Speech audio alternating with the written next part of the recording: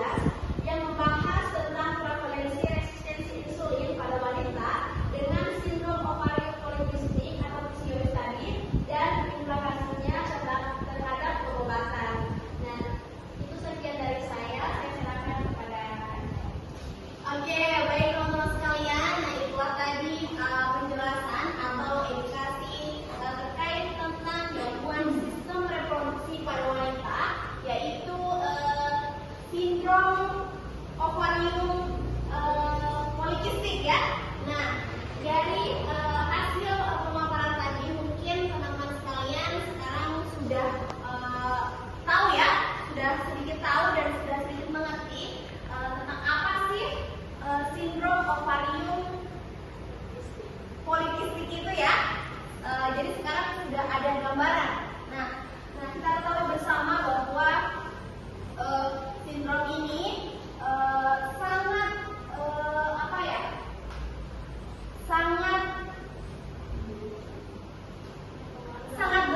sangat berpengaruh dalam kesehatan.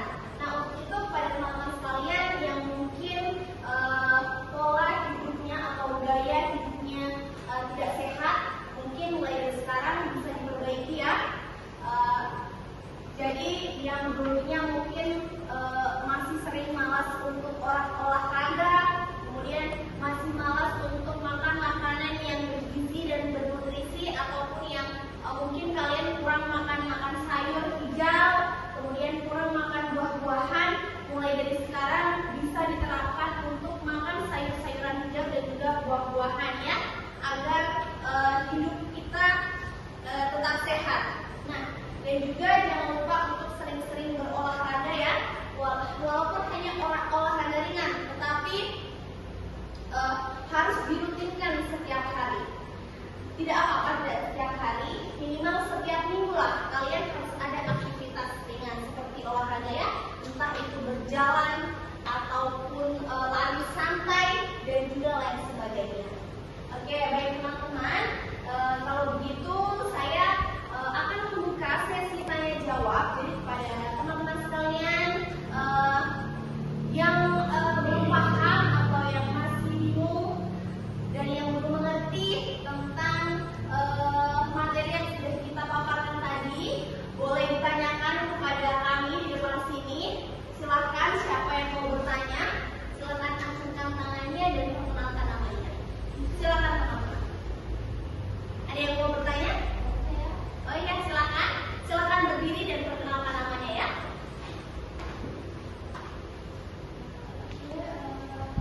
Perkenalkan, saya Tania Wanita.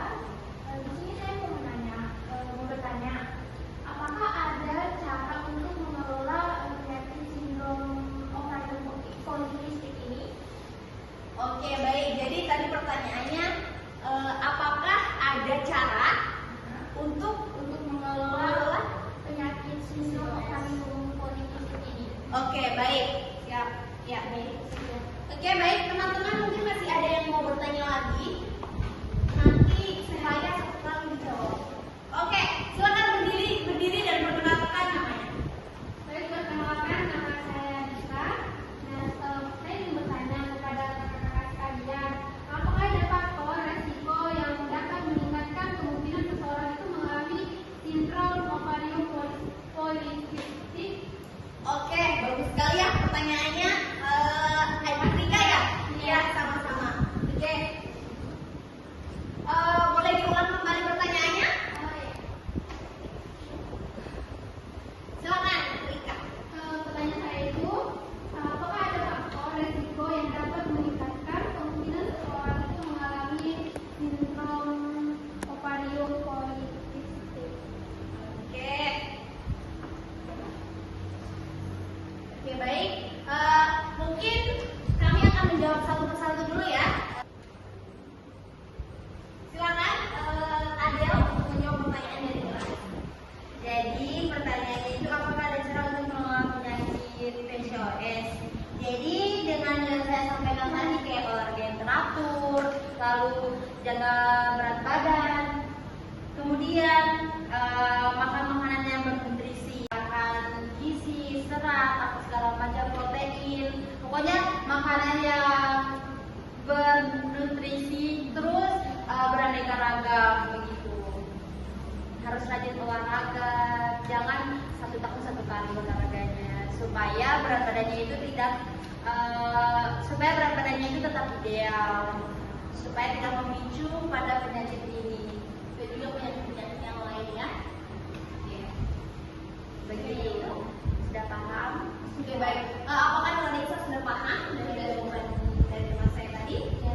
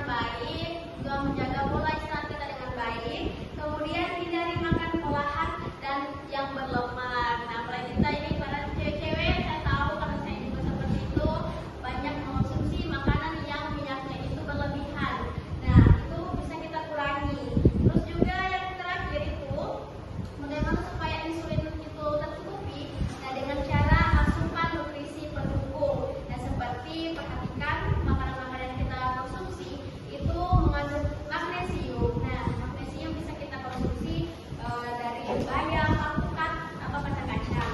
Kemudian yang kedua omega 3 dari ikan. Nah, jadi pada banyak makan ikan. Nah, kemudian yang ketiga itu ada vitamin D.